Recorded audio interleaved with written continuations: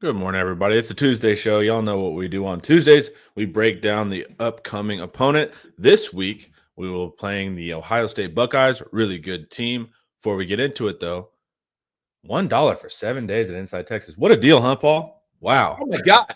That's Yeah. 14 cents a day. Yeah, incredible. So join Inside Texas, guys. Only $1 for 7 days. You can read all of our analysis, our recruiting updates, our team news, all that stuff. The stuff we don't talk about on the channel. And, of course, it's the funniest, smartest Longhorn community out there. We're going to get right into it. Let's see. AR, happy Tuesday to you as well. Jacob Hookem, Roaster Hookem, Elio, good morning. All right, guys. The Ohio State Buckeyes, best team we've played so far. And they've been real hot the past two games. I rewatched. Man, the Skycast is nice, man. I really appreciate that Skycast. Tennessee and Oregon, they've been on fire. We're going to talk about offense first. They're able to do a lot there. Ready to get right into it, Paul? I'm ready to do it. Let's go. Let's do it, man. Let me go ahead and pull it up then. You've been holding me back. Exactly. Here we go. All right. Points per game. 6 in the country. They're scoring well. What I didn't realize is how slow paced they are. So 123rd. So there's a lot of masterminding going on, right? They're matchup hunting all the time. So they're doing all these shifts that are interesting, getting matchups. Like you saw, I think it was Tennessee or Oregon, wherever they had the tight end in the backfield and they motioned them out early in the game and threw that wheel route to them. So they're matchup hunting. They're doing a lot of stuff to guarantee that they're really good receivers, getting the best positions. And when you do that, like Sark, you end up with a slower version of offense. You remember how fast Chip Kelly played at Oregon when he was in charge? Yeah, but it's interesting. They're slow and that's what it adds to the suspense when you're watching. You know, you're like, oh, okay, they're motioning Jeremiah. Oh no. It adds to it. So slow team looking for the best possible situations. 4th in the country in yards per play. Not too shabby. Number 2 in points per drive, right? So top of the list there in executing, making sure that they're the juice is worth the squeeze. 6th in success rate, moving the offense forward consistently, not stalling out. These type of things are important. 17th in explosiveness. This is still really good, but I think if you just listen to the media about like Smith and stuff, you would think they're number 1 in the country in explosiveness. They're still incredibly explosive. Don't get me wrong. They have been the last 2 weeks. Yeah, they have been. But they're not as explosive as you would think. And then havoc rate, low havoc rate.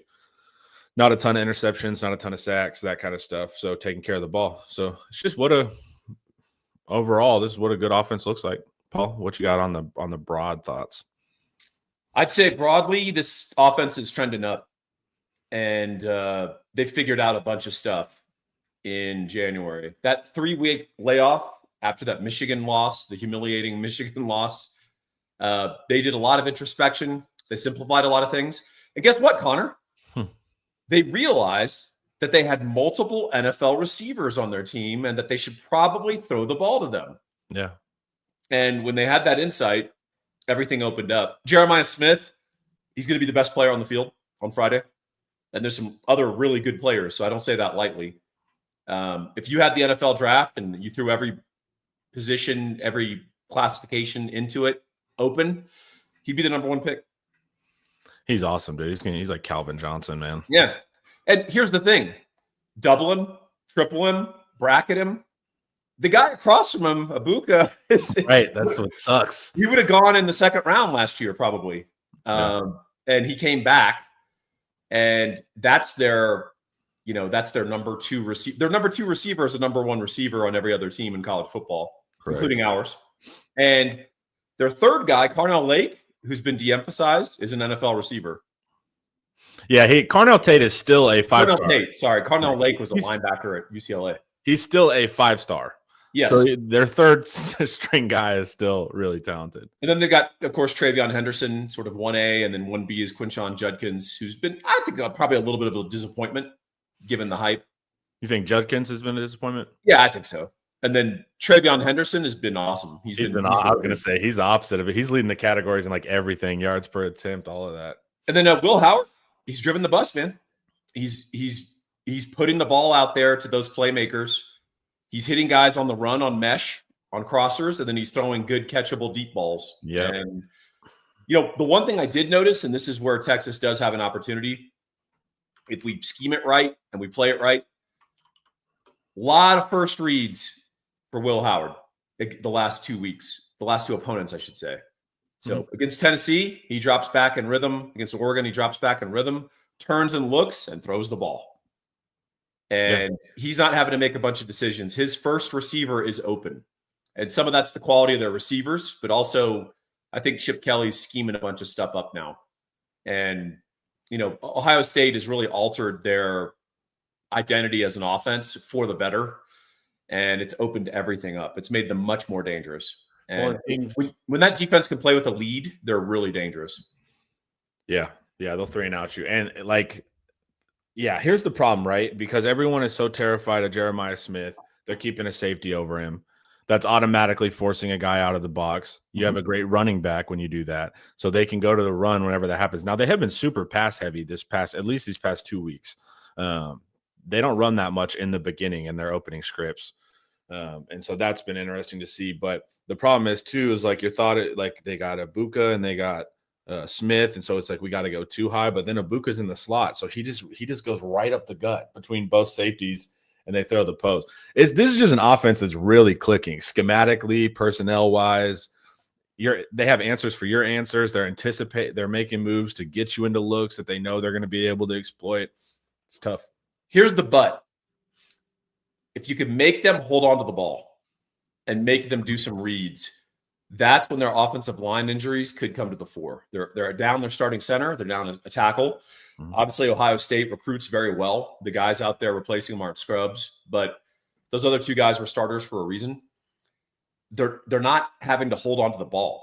So that second, third level read isn't forcing the O-line protection that you could bring some of these things to a head. And when you do that, you pressure Will Howard. He could make mistakes. Texas fans are familiar with his game. We've seen Will Howard play really well. We've seen Will Howard play poorly, and we've seen Will Howard be okay. He's 0-4 against Texas. None of that's generalizable to this game. It's like right. He doesn't have those receivers. He doesn't have the coach. It's all so different, man. The last time we saw Will Howard, you remember the last play where he kind of panicked. But before that last play, he lit us up for that entire second half with 220 yards passing in a half. But that was against different personnel. That was against, that was a different deal. So I think Texas's best hope here, fans are not going to love it. You've got to try to stop the run with an honest box. You've got to try to stop the run with 6. You've got to keep safeties deep. You've got to bracket Jeremiah Smith. You've got to change coverages constantly. And then you have got to let that pass rush get there. You've got to make Ohio State hold the ball with your coverage and then get your D-line involved. But if they're dropping back and just throwing it in rhythm, Texas is going to fall behind. And if Texas falls behind in this game, they're cooked. Yep. All right, let's talk rushing offense first. Then we'll hit the pass game more in depth. All right.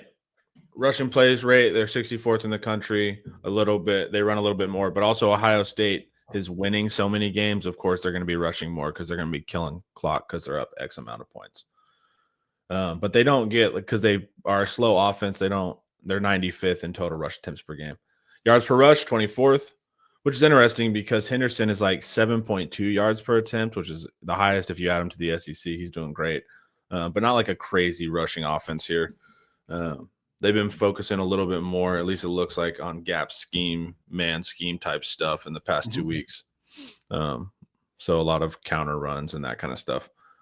29th in rushing success rate, moving the ball forward, pretty good, not in the elite tier at all. And 35th rushing explosivity, pretty good, not in the elite tier.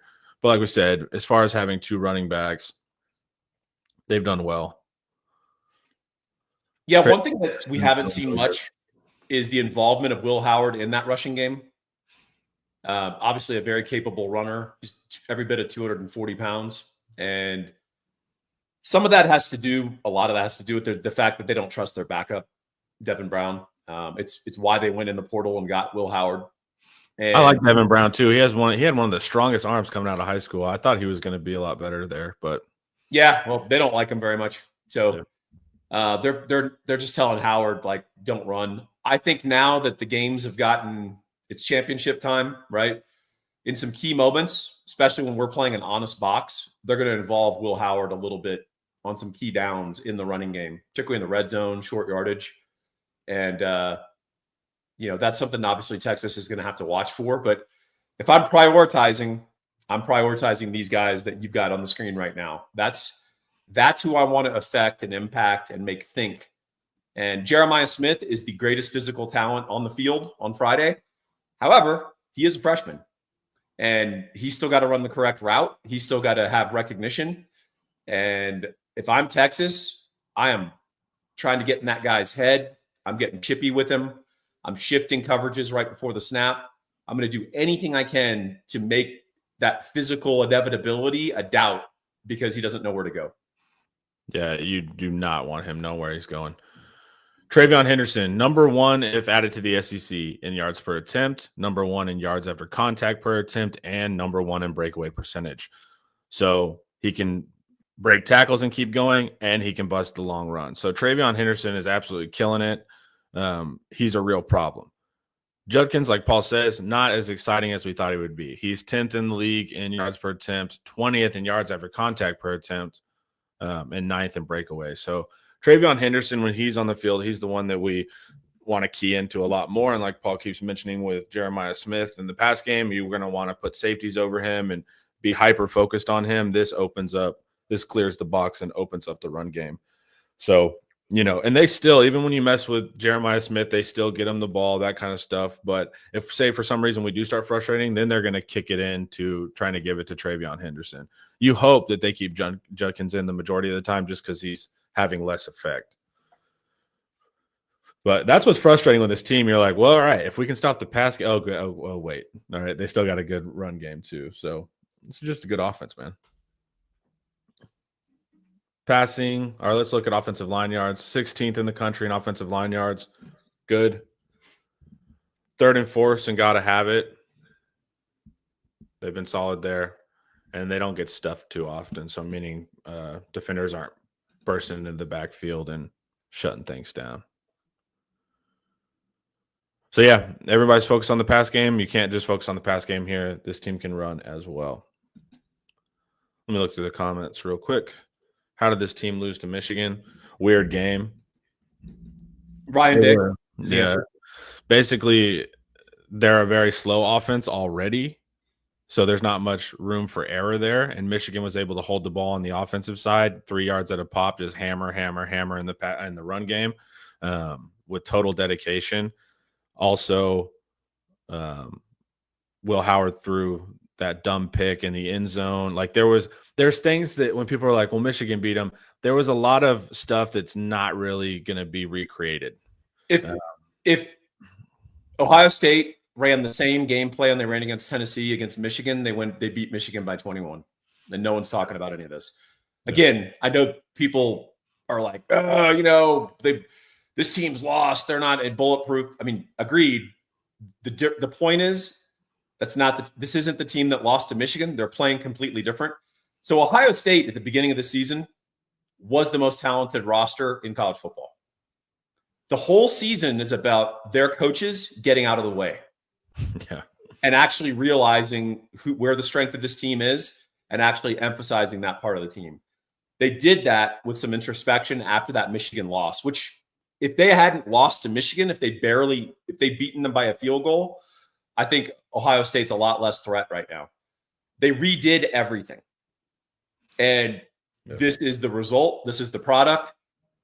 41 on Oregon, 42 on Tennessee. 4 touchdowns for Jeremiah Smith, 200 and something yards receiving those combined 2 games.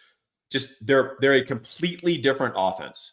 And, they thought that they were going to run inside zone and bully Michigan up front in the D line, there was ego ball going on there, which is literally Michigan's only strength.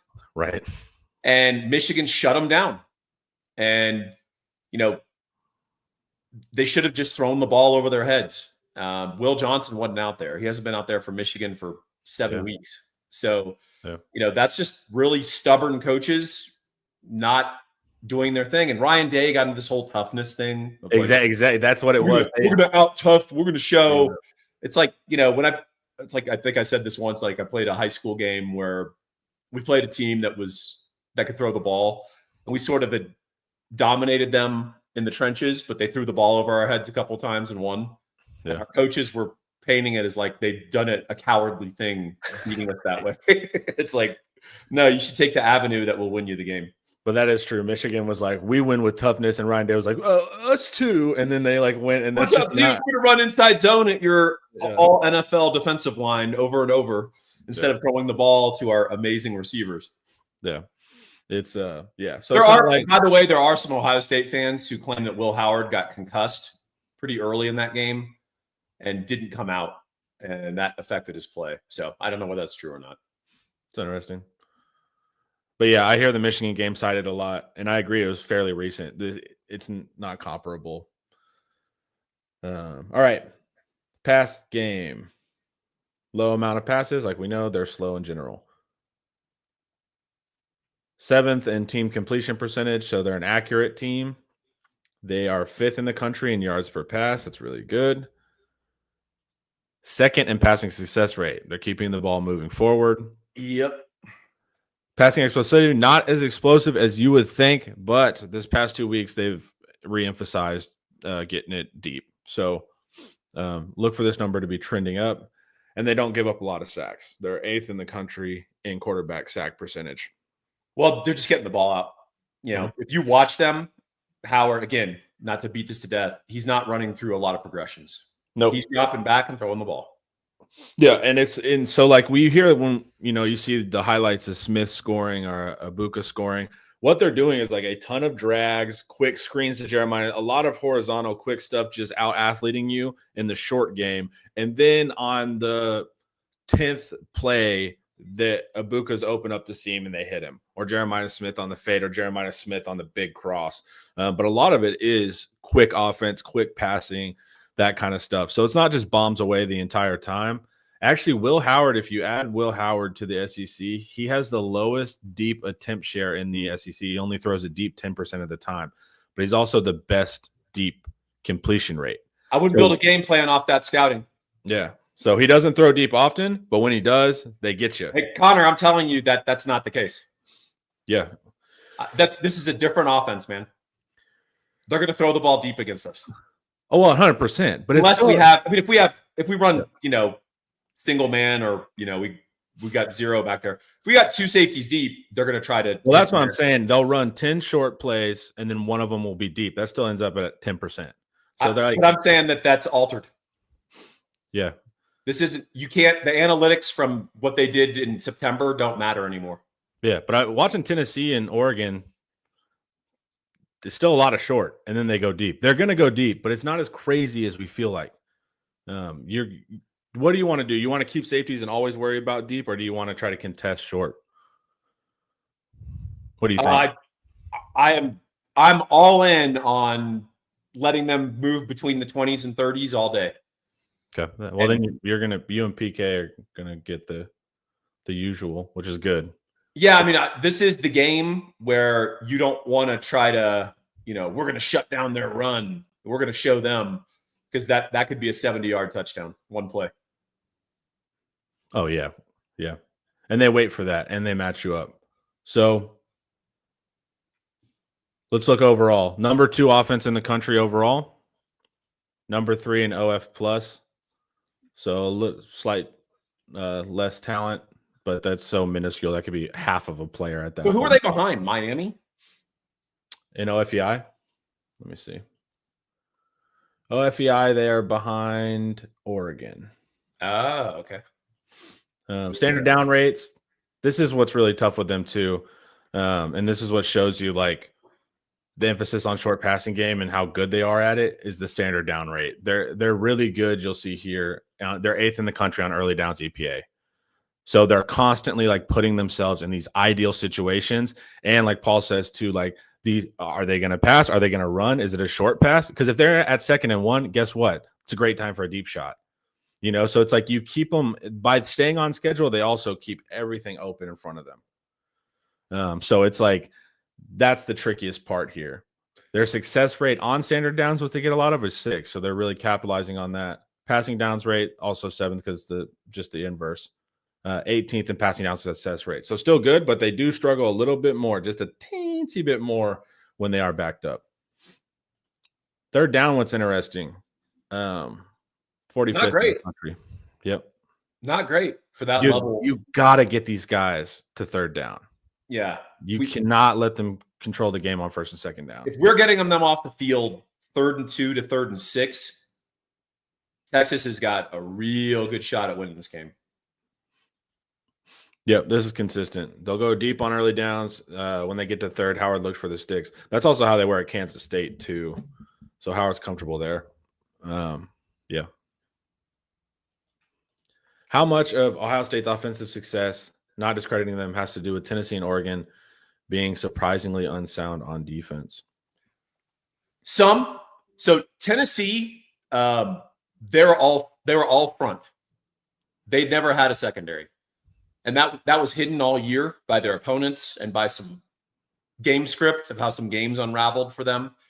So OSU having success throwing the ball on Tennessee should not have surprised anyone if they could block the guys up front. And they blocked them up front enough. Again, I'm not trying to like overdo this, but Jeremiah Smith is a generational talent. And his supporting cast is a bunch of NFL receivers. And there's going to be a guy open.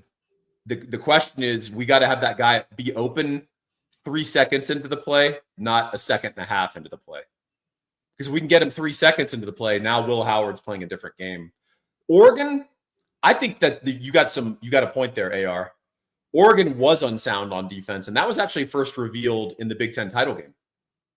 Penn State moved up and down the field on them, particularly running the ball. So there was some stuff going on at Oregon that was odd defensively. That said, I kind of felt, it was 34-0 at halftime. Yeah. Was it 35-0, 34-0? I can't recall. 34-0. So that sends a message, right? And, I just think that Ohio State's at a level offensively that we've not seen this year. But the way to derail that is you got to have the dudes on defense, which we do, and you got to have some things that you throw at them that they're not expecting and anticipating. Because if they're just playing free, loose, and fast, we're in trouble. If they're having to think, if they're having to coordinate, we got a shot. And we also have a shot to turn them over. So that's what I'm looking for. Yeah. What I think is interesting here too, red zone 47th. So remember, if they're 2nd in the country in points per drive, but they're not good in the red zone, what's that telling us? That they're hitting shots outside of the red zone to get the scoring. So that's what you got to be aware of too. Interceptions throw per game, 37th. Fumbles per game, 26th. Yeah, guess what, guys? This is a good offense. That's what it is. All right, before we keep going, though, guys, let's hear a word from Laura Baker. Hi, I want to tell you about Laura Baker. If you're looking for a new home in the 512 or even at this point, let's face it, 737 area code, there's only one number to call. That's Laura Baker at 512-784-0505. As a member of the elite Andy Allen team with Keller Williams, Laura has helped Longhorns find the home of their dreams in Central Texas. Just ask our resident sex symbol, Ian Boyd, who moved all the way from Michigan to Texas with Laura's help. Laura can help you find what you're looking for in the 512, the 737, or even parts of the 254 and the 210. Just, give her a call at 512-784-0505. Her email is in the description as well as the rest of her contact details. She's a friend. Give her a call. All right. Let's look at the defense. Okay, so we know the Ohio State offense is good. Sounds good. Guess what? Defense also good. The fans are going to be like, damn, guys, come on, man. Are all those ones a good thing?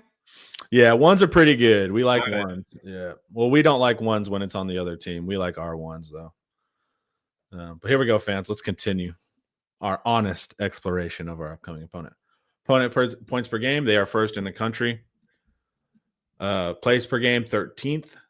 Let me make sure that I have this inverse. Yeah, so teams are slow against them. Not running a bunch of plays, probably because you're getting 3 and outed.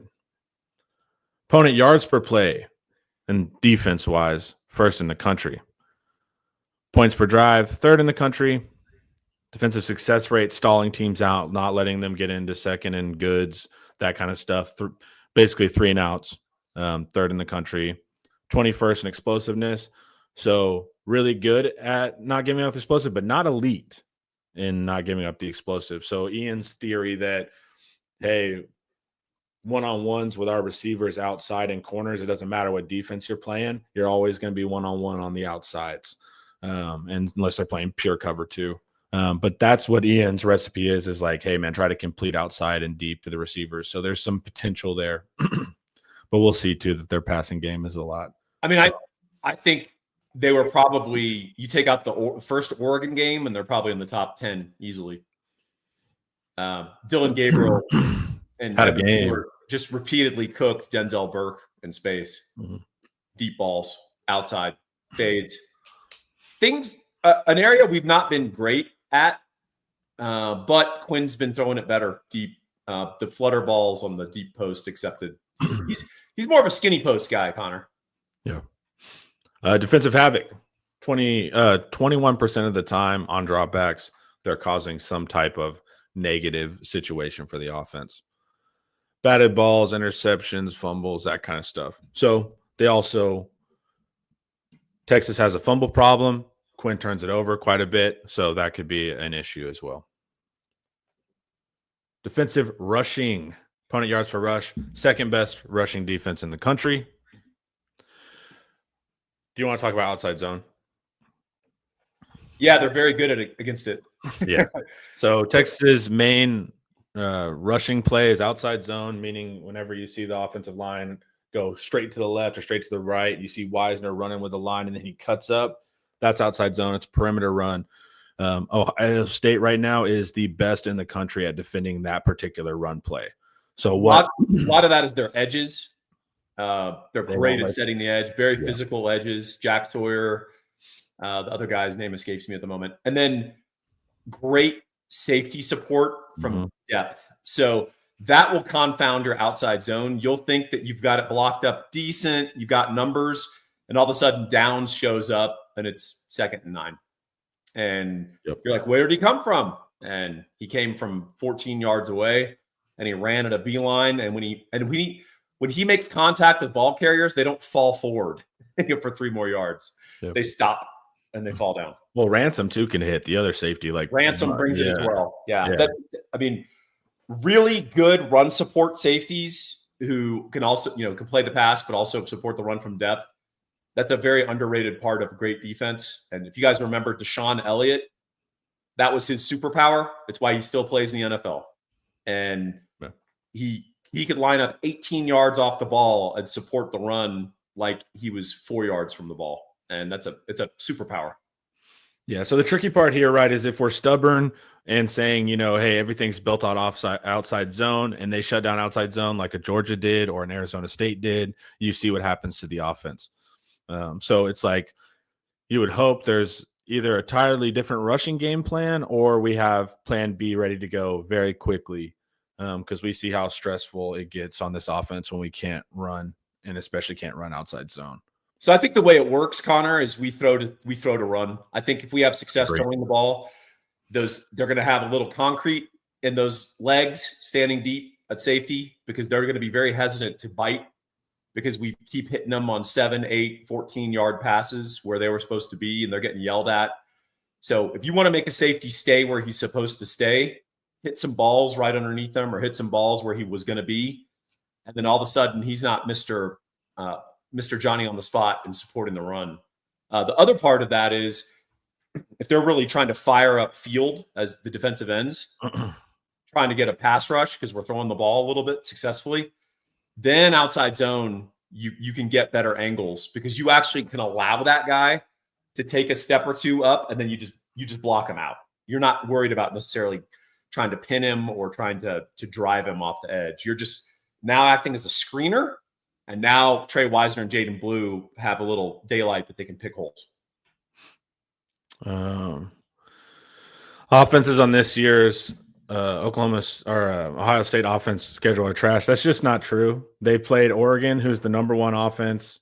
They played Penn State, right, who's the number 5 offense. They played Indiana, who's the number 4 offense. They played Tennessee, who's 33rd. They've played several good offenses. They played better offenses than we played. Yeah, absolutely. So this concept that they haven't been tested is just simply not true. Although I would agree that the bottom 8 offenses they played are terrible, like Big Ten, Michigan State, Purdue type stuff. Like that's awful, right? There actually probably isn't a comp to that, other than maybe Kentucky or in the SEC.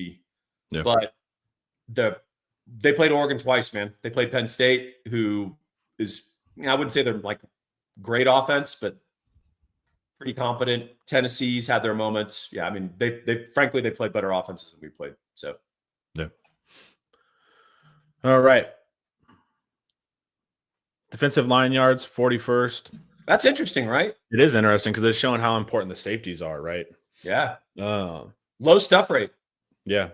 And then a good but not elite defensive rushing power success rate. So, hey, I mean, theoretically, if you get on those 3rd and 1s and that kind of stuff, you can be good. So one thing that's interesting is apparently there was a little bit of tension between Knowles and the longtime defensive line coach at Ohio State, Larry Johnson, about how to play and deploy the defensive line. And if you read the Buckeye insiders, basically Knowles won. And since then, their defensive line's been a lot more effective, a lot more dominant. And that's why they've been racking up a bunch of sacks, TFLs, stuff like that.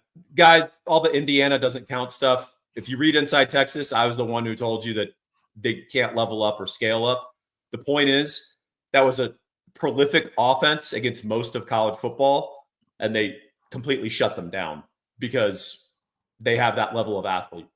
And that's the point. It's a litmus test. And if you think us shutting down Colorado State is impressive, like you need to flip the battlefield. You need to see it from both sides. Yep. Also, whenever we're talking FEI on offenses, these are opponent adjusted. There's issues with opponent adjusted, but still saying we're accounting for Indiana's schedule, which is what most people are arguing about. Well, the issue there again, Connor, is athletic leveling, right? That's what FEI can't account for. That the scale factor. Once you get to the top of the top of the top, yeah. So the good news is we ain't Indiana. Our athletes level against Ohio State, but Oregon has a bunch of dudes too. Didn't look like it, but they do have a bunch of dudes. Yeah. All right. But it is interesting stuff, right? They're not getting back there and like busting through the line and shutting it down. They're more they weren't. Yeah, well, exactly. When we're talking about Ohio State, you got to talk about what they were doing, which is this is reflective of, and then what they're currently doing. And I'm telling you, their current stuff rate is very high because they're firing up field. They had 8 sacks. I was going to say on their pass rushes, they're like all over it. Yeah. I mean, they're playing completely differently. And I know people were like, oh, Michigan or whatever. They didn't impress me in the second quarter against Michigan State. They've revamped literally their football team. How they play football is now different. And I don't know what to say. You could say it's kind of coaching malpractice. They didn't do it in August, but they did it now, and that's the team we're playing. Yeah. Eric Mitchell. Paul, do you think Sark dials up more of the empty and 2-back sets to make Ohio State defense declare themselves a bit sooner out of that 3-high disguise? Numbers show significantly higher success in those sets. Thank you for the super chat. Excellent question. Awesome picture. Love your dog. Here's the problem with empty is if the ball isn't getting out immediately, we're gonna give up a sack. Yeah, Quinn ain't running. And he doesn't navigate that. And for me, if I'm Jim Knowles, that's an auto blitz. Mm-hmm. And Ohio State's linebackers are fantastic blitzers. Like Yeah. great timing, great feel, super explosive guys. But you are right. When you go empty, you pull them out of that 3-high disguise and you make them declare their coverage. So here's the caveat. If we do empty, we need to stay in empty and we need to be running it at tempo.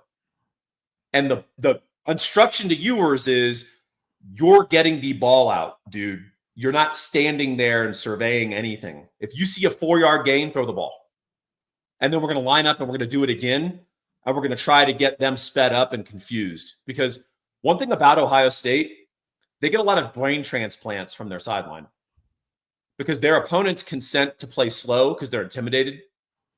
And you see a lot of Ohio State guys looking over at the sideline right before the snap, getting their last adjustment. And Jim Knowles is that guy. He's a good DC. He's a little like Pete Kwiatkowski in that he likes to get in that final call, right? He likes to have the final grab of the marker on the whiteboard.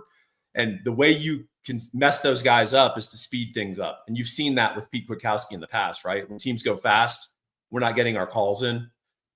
Same with Ohio State. The 2-back set stuff, I would do a lot of things that I think are contrarian, Eric, in that I want us to go fast. I want us to throw the ball, but I want the ball out as quickly as possible. So if we're in 2-back sets, I actually want to throw the ball out of them because I want Ohio State, to bring in their heavier sets, thinking we're going to run the ball. If we go pure empty, we better throw the ball, but I'd prefer at least to have one running back in the backfield. That might be when I try to run the ball, actually, when Ohio State's got 3 deep and they're kind of spread out. So I think the main thing is I don't want to do a bunch of subbing down to down. I want to pick a personnel set, and I want to run hurry up and go quick. And when you can alter the speed, there's ways that you can, effectively sugar huddle, right? You're still not allowing them to substitute, but you're not having to be completely sped up either if Sark's not comfortable with that. I just think we can't do all this substituting from down to down. I think we've got to pick a set that we like and then run that and not let Ohio State get either sideline communication or substitutions. Also, there's another advantage to huddling versus Ohio State. They can pick up your stuff pretty well. Are they good signal stealers? Yeah, they're good signal stealers. And I'm not like accusing them of doing anything, below the table. If you're good at it, you're good at it. It's part of the game. But they make some really remarkable timed calls. You'll see it. I wonder if we're signal stealing. I was watching the All-22 for Colin Simmons versus ASU, and Colin had this incredible ability to point pass at the right times. And I was like, either Colin's getting a read here or like something's going on, but Colin is signaling up and he's not looking at the sideline. Yeah. So I don't know if he knows something about the cadence in that game or something like that, but Colin kept like pass whenever it was interesting. But yeah, honest to God, against Arizona State, I rewatched the Skycast. Yeah. Any other quarterback but Sam Levitt, and we have 7 sacks in that freaking game. Dude, it was crazy. Dude, the one where Jade's running right at him, he just jumped straight up into the left. I was like, I didn't even know you could do that as a move. Yeah. It was pretty impressive. Paul, before we keep going, do you want to tell the good viewers about the best way to get a mortgage in the world? Yeah. There's a guy you got to call. Here are the digits. 832-557-1095. His name is Gabe Winslow. Best damn mortgage guy in the great state of Texas. If you're the best guy in the state of Texas, Connor, you're the best guy in the world, aren't you? Yep, that's how it works. Damn right. Hey, give Gabe a call. Over 20 years in the industry. He's been on every size, every phase of this industry. He's owned a title company. He's really good at what he does. Former National Merit Scholar, law degree, proud University of Texas graduate. He loves to take care of fellow Longhorns or their friends or their family. Just give him a call. Like, you'll understand the difference in sharpness, perception, intellect, and alacrity the minute you call this guy. This is not just a quote rate mortgage monkey. This is a guy who solves problems. Go read his Google reviews. You'll read paragraph after paragraph of people who are delighted with his service. A bunch of them, your fellow watchers and listeners. Call Gabe, 832-557-1095. Good stuff. All right. Passing defense for the Ohio State Buckeyes. They are second in the country in opponent yards per pass. Damn. They are second in the country in passing success rate, meaning you're not having a lot of success moving the ball forward. They are 42nd in pass explosivity, though. Okay, so that's, like you said, there's not a lot of weaknesses here, and these are all relative weaknesses, but hey, that looks like one we have to try to get after. Like we said, that's also Ian's point right now, too. They are first in the country in QB sack rate. So you drop back 10 times, they're going to get a sack 1 out of those 10 times. 1.1 times, Connor. Yeah, there we go. Well, actually. So they're able to get a lot of sacks. Quinn can struggle with that, so we hope that doesn't compound, right? And that also helps Paul's point. Like, you're stuck in this tension. Paul's point of get the ball out fast keeps you from getting sacked. But you get the ball out fast too much and you're not taking your shots, which we're not really worried. Sark always takes his shots, but then you're not taking advantage of the potential passing explosivity. So it's finding this delicate balance of like trying to keep the ball moving forward short, because I agree this needs to be a passing game. But pepper in your shots, you have to also hit those shots. We can't be missing those. It's like it's going to be a tightrope act. Down to down, huge burden. If we're going to be successful in offense, huge burden placed on our running backs and Gunnar Helm. Down to down. Yep. So I don't know who's going to get our shot. Maybe Isaiah Bond suddenly becomes relevant again. I don't know. I'm not counting on it. Golden's probably going to be the guy, obviously. But down to down, Blue, Wisner, Helm. Got to block. 5, got to get catch. Yeah. I'm not trying to go max protect against Ohio State. We're gonna get sacked 9 times if we do that. So we're gonna get sacked more than their average max. Yeah. I'm trying to get the ball out quickly. I want your head around fast. Like, expect the ball. And we got to get 4, 6, 7, 3, 9. You just got to. You basically want it to basically like a run game. Essentially, that's what we've done. Just I'm saying exactly that. Yeah. Like, this whole bypassing, you drop back as a quarterback and there's a guy open for 5. You bypass it because you think that the second route for 15 might be open. I'm saying throw the ball for 5. Yeah. And just keep the chains moving, get some offense, make Ohio State feel a little bit of pressure on defense that they haven't been feeling. And the other marriage to that is our problems with kicking. I think we just need to commit. I wrote an article about it on Inside Texas. We just have to commit to that we're going for it on 4th down when we cross the 50. Yeah. We just have to do it. And play call like that on 1st down. And you have to play call like you're going for it on 4th down on 1st down. So that means you could take more shot plays at the end zone, which you and I like, Connor, once we cross the 40 or 50, because we're going to struggle in the red zone against Ohio State. Yeah.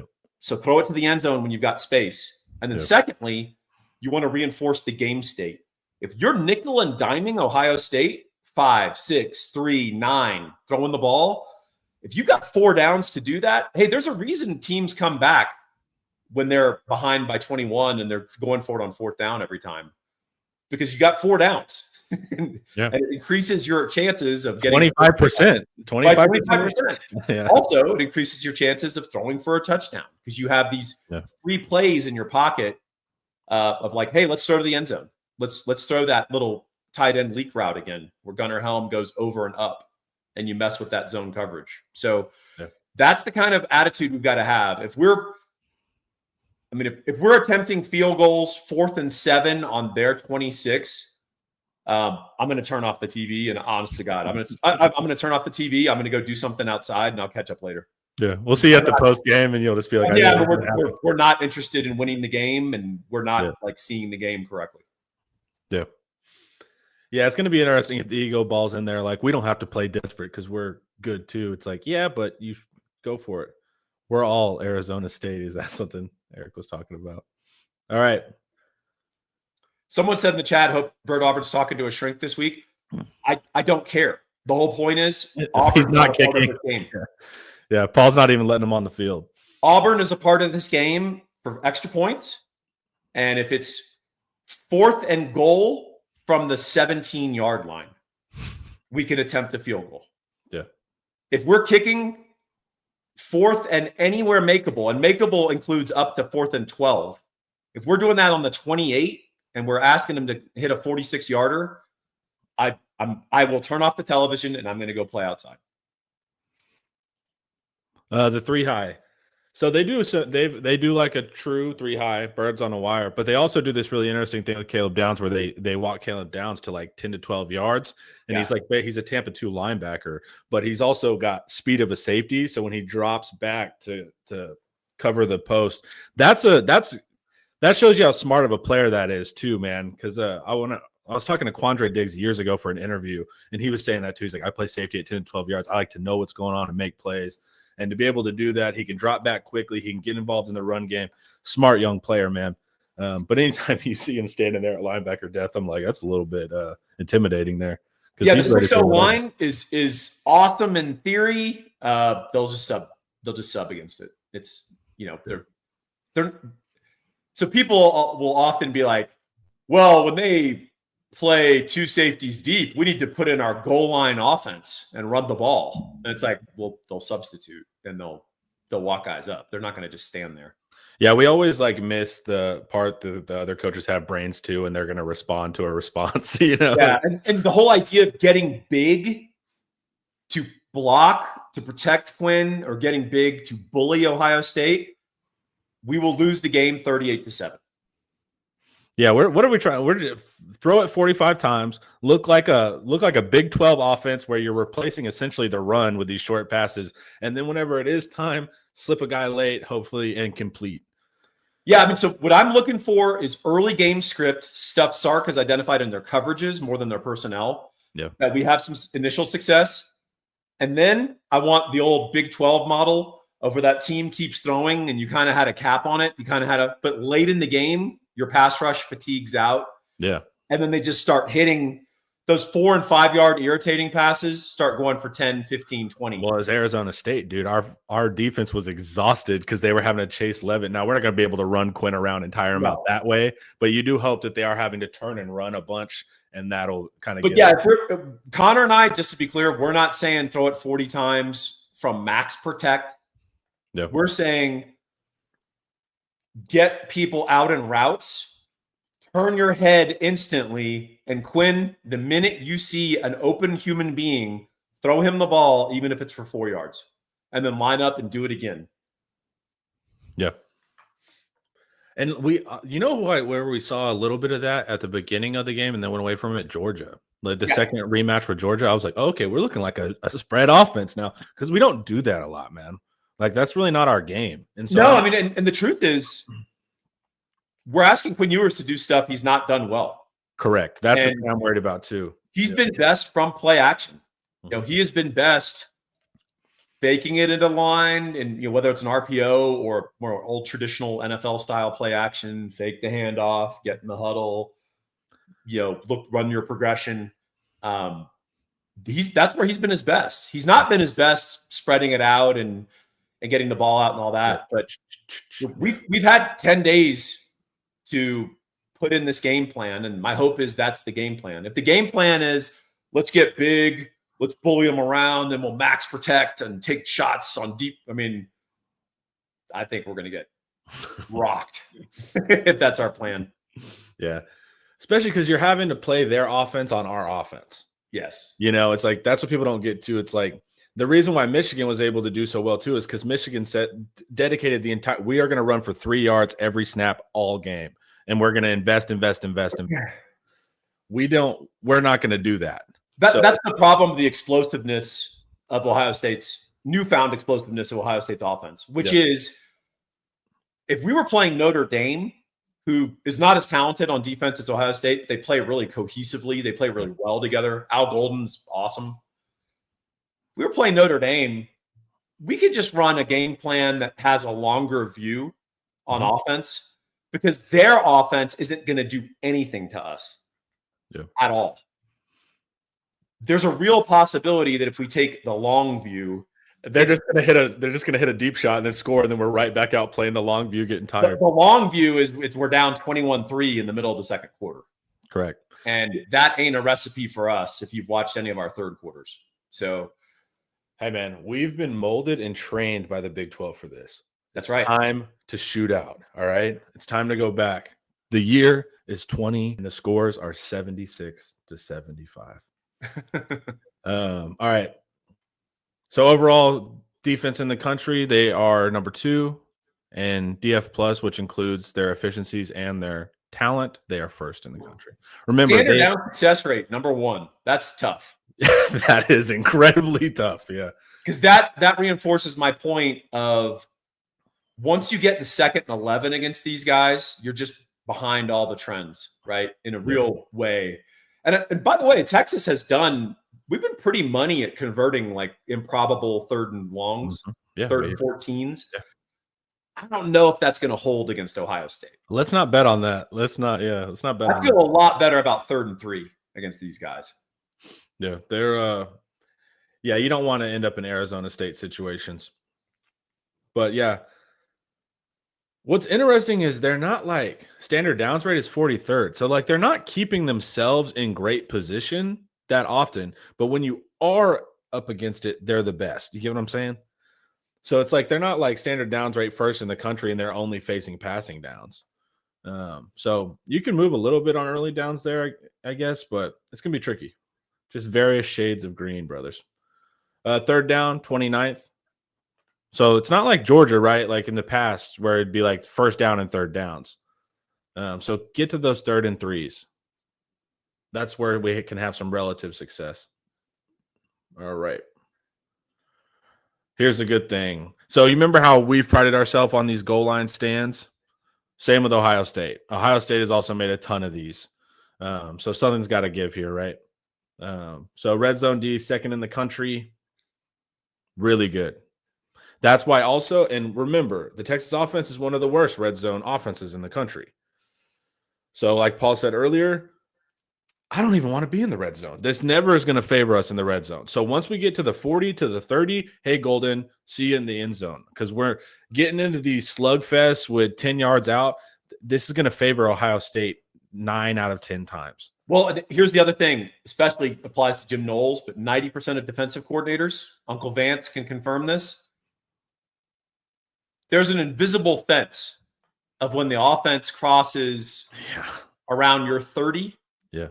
That you start dialing up your favorite blitzes, your favorite negative plays. You start anticipating their calls because you want to inflict a negative to either put them out of field goal range or force a field goal. If Sark is not intent on kicking any field goals, we've got something in our back pocket there for that because we can anticipate that blitz. We can take that shot play. I mean, Connor's saying if we're on their 30, 1st down, we got 4 downs, and I want 2 of them to be shots into the end zone trying to score a touchdown. Yeah. And then the other 2 are trying to move the stick so we can try to do it again. Yeah. Yeah, 100%. It feels like we're going to need a miracle to win this game. It's not a miracle. This is just a very good team. Remember, if Texas plays here's Texas' problems that are going to lose them games at the end. They can't score in the red zone. The penalties are too high. The turnovers are too high. We can't kick. So if we just don't kick at all, or for some reason Burt trends to the upside, we're good there. The problem is there's 4 things that can lose this game. So we have to avoid all 4 of these. But if we just have like a high side one where we somehow do score in the red zone or score outside, we're not sloppy in penalties. Quinn takes care of the ball. That kind of game. If we play to our upside, this is a game. But like I said, I'm still having to say there's 4 things that could take us down. We have to avoid all 4. We're being a little negative, but yeah, I'm going to die laughing. The first play of the game, we have Anthony Hill come screaming up the middle with Colin Simmons around the edge. They nail Will Howard. Yep. He fumbles, strip sack, touchdown. Howard gets up and his eyes are like dinner plates. And we're like feeling the pressure. That would be awesome. But also, man, I think you know how the team is, dude. Like they get mad at us when we doubt them. And so like remember Alabama and stuff, they're like, you guys didn't believe. So there's also a part of me that kind of wants to keep pushing my finger on this, like, I don't know how you guys are going to do it. You guys here are underdogs. Because for some reason, the Sark and the team really responds to this kind of atmosphere generally. So there's a part of me, too, that doesn't want to – I want to sell that Ohio State's going to beat them. Yeah, I want this to get cut up and for it to be played for the players. Exactly. Like it's like even your own guys that love you, they're doubting you. Yeah. The other part of this, we haven't been an underdog since Tuscaloosa last year. Yep. It's been a while. So Yep. It's hard to play as a team with a sense of inevitability. And what I mean by that is everyone's like, yeah, Arizona State, come on, cute little story. You're going to blow them out. Oh, yeah, Clemson, whatever. You'll destroy them. ACC's weak, yeah. ACC, A&M, little brother, you'll crush those guys. OU, come on, their quarterback, yeah, they're having issues.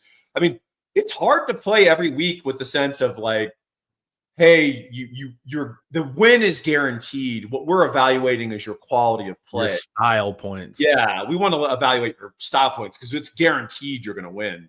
Yeah. And this team, even against Georgia, 2 losses to Georgia, they were favored in both games. Right. The second game, I thought we were rightfully favored. We just pissed it away. So we lost that game. Yeah. Yeah. So I think that these guys being able to play with a big chip on their shoulder, there's a lot of social media. There's a lot of traditional media out there saying Ohio State's going to blitz us and win by 40. Yeah. Man, inject that straight into my veins for this football team because they don't get to play that way very often. Yeah. And that's what I am excited about. So, yeah, I do not think it's a miracle if we beat them. These are the 2 most talented teams in the country. The only difference here is that Texas shoots itself in the foot a lot. And if Texas, does not shoot itself in the foot, then we got something different going on. But also the Texas Longhorns could never beat the Ohio State Buckeyes. It just can't happen in this world. Team talent rating, shocking. Ohio State's really talented. They're 3rd in sacks per game. This is what I thought was interesting. 96 in interceptions per game, not getting a lot of picks. No, they don't get a lot of picks. That's the one area that's interesting. They don't force a ton of turnovers as good as they are on D. Yeah. Fumbles per game, 48th. Turnover margin, 40th. Hey, what do you think about us forfeiting this game, Connor, so we don't get humiliated? And we just take that time and buy infomercials for the portal? Yeah, that would be a good idea, man. You think we should just do that? Dude, yeah, that's what I think we should do. And that would also, who wouldn't want to play for that team? I would transfer immediately. The team that forfeited in the playoffs. Like that's the kind of culture I want to go with.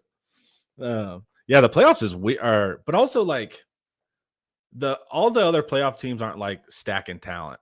It's all like the guys that just went out, like Georgia's adding that kind of stuff. But like Ohio State's not like cleaning up in the portal right now. But yeah, the portal's been very slow.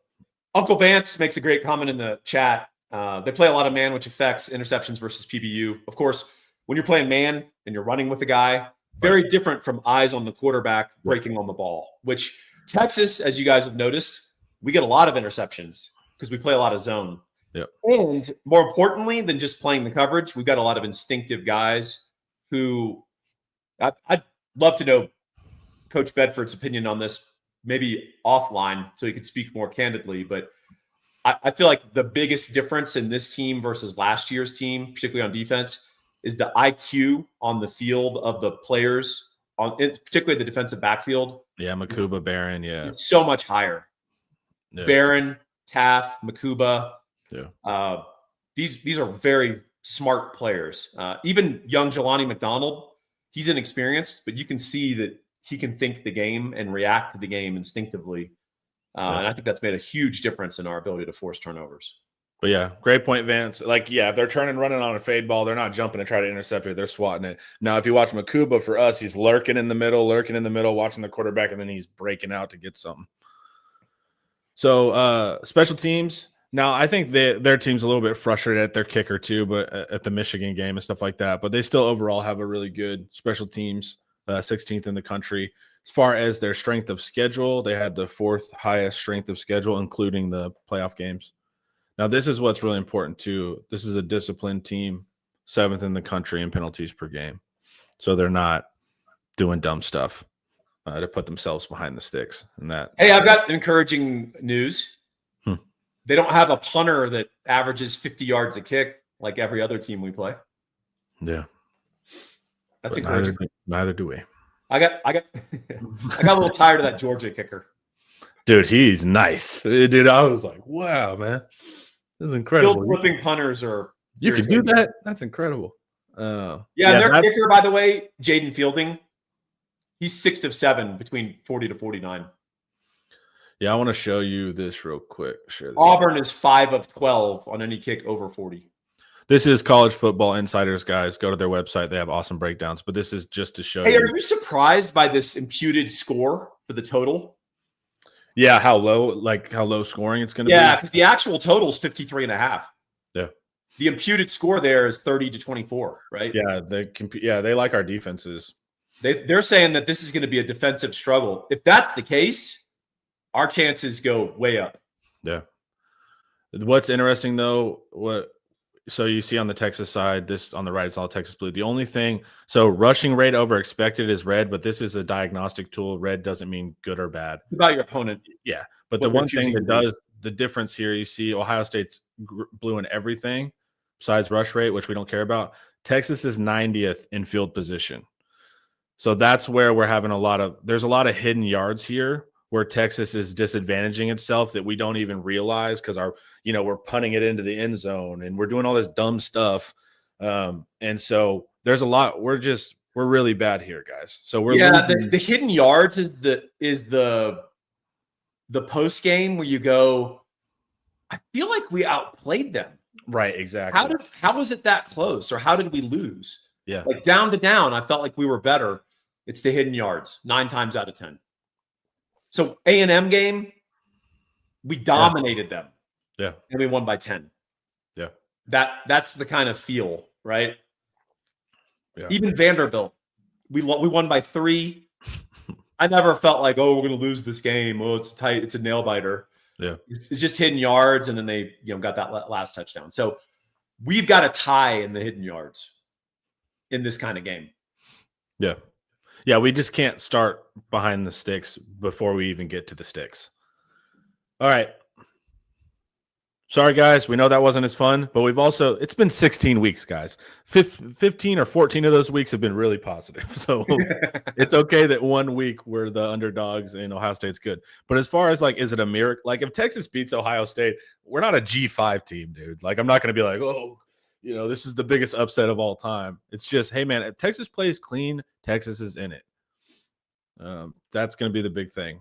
Paul, do you want to give your thoughts before we get out of here on the other side of the bracket? Yeah, I think I'm one of the few people that I like Penn State if Abdul Carter's healthy, particularly the standout defensive end. If you watch the Notre Dame-Georgia game, Georgia got out-coached, first of all, mostly because of some decisions Kirby Smart made in the negative, not so much getting and a walk-on the sideline. Well, exactly. And then they just threw away the game. I mean, they fumbled the ball purposely and gave Notre Dame a short field touchdown. Then they gave up a kick return touchdown. That was the game. Georgia's defense down to down dominated. Riley Leonard didn't do anything. Right. And then Marcus Freeman psyched Kirby Smart running out the punt team and then running them off and then, got lulled Georgia into a penalty and then continued to drive that ate the clock out. And then, so Georgia, as much as Texas fans hate this, I think I've said this before, they played about 10 good quarters of football this year. Exactly. They're all against us. And 6 of them were against us. And Clemson. So that was the Georgia team that had played most of the year, except when they see us. They make us look like, doing our breakdowns. The second one, we warned everybody, they're going to look like the juggernauts. But, when they don't play us, man. Yeah. So I like the underdog on the other side of the bracket. I like Penn State. They're catching 2.5, I guess. I guess a lot of people are fading James Franklin because sometimes he freaks out in these big games. So is Vance. Franklin has a tendency to get tight in big games. Tight is very diplomatic. That is a very kind description. But I will say, I thought when they played in the Big Ten title game, which was a pretty big game, he let Kotelnicki cook. He let Kotelnicki do what he wanted to do. And Kotelnicki can cook. He can cook. And he against Al Golden, we usually don't talk about the coordinator matchups. Yeah. That's that game. Kotelnicki versus Golden. And those are two guys at the top of their profession. So that's going to be a pleasure to watch. Yeah, Kotelnicki's a blast, man. Like, if you just like offensive football, what he does is because his whole philosophy is our only job is to get the ball from here to there. There's no rules on how I do it. And I love that way of thinking where it's just his first principle is just move the ball forward. We can do it however we want to move the ball forward. Also, how's Notre Dame going to get an explosive play? Right. Jeremiah Love is much more hurt than people are letting on. And I think he's their hope for dropping a big play. I love that guy. but I think he's messed up. And then Notre Dame's receivers are Jags. And then Riley Leonard he's a game manager. Yeah. He's done a good job, but he's a game manager. So I don't know how they get explosive. So if Penn State has a healthy Abdul Carter, I really like their chances in this game. So we'll see. Yeah. And look, this is fun, man. Wow. 50.78, man. This is a pick 'em according So to me, Football in Insider. that situation, just take the dog, right? Yeah. Just take the points. Yep. There are threes out there. There's Penn State plus threes out there. Yeah. So just take the points. Yeah. 22.62 versus 22.87. So they would think this is going to be a defensive one, but also that's not shocking for this one to be more defensive. But it is interesting that the models think both games are going to end up being heavily defense. It's interesting that as much as we move the rule set against the defense every year, they find a way. Nature finds a way. Yeah, because look, so and it's true, right? Like, yeah, this is also interesting. This is for my defense wins championship guys that I don't necessarily believe anymore, but you would be right in this instance. If we look at FEI here, the number 2 defense in the country is Ohio State. The number 1 is Oregon. Penn State is number 4. Texas is number 3. Yeah. So the top 4 defenses in the country, all 4 of them are in the semifinals. Pretty cool. All right, Paul. It's gonna be a fun one. Hopefully the winter storm doesn't screw up too much. You're in Colorado, so you guys just laugh at us down here, but there's a real chance that it's gonna get a little sketchy, and then they might even have to move the game just for people to be able to get to the game type of thing. Yeah, so, the fear in Texas isn't the amount of snow; it's Texas drivers in snow. Right, exactly. Yeah, it's not the ice; it's how we respond to the ice. And I'm, by the way, one of those Texas drivers that'll end up putting everyone at risk. All right, guys. That was fun. Ohio State, it's going to be a tough game, but also from the bunker mentality from inside the program is that the team also hears all of our sayings here, and then they can utilize that to hopefully go get the upset. 100%. Let's go get it, man. I think this would be one of the sweetest upsets, one of the sweetest victories in Texas Longhorn football history, and you consider the span of our history, that's not a light statement. Yeah. I think Texas Ohio State is the national title game. So do I. I feel the same way. All right, fans. Thank you guys for tuning in. Paul, thank you for your wonderful insights as always. And hook 'em, y'all.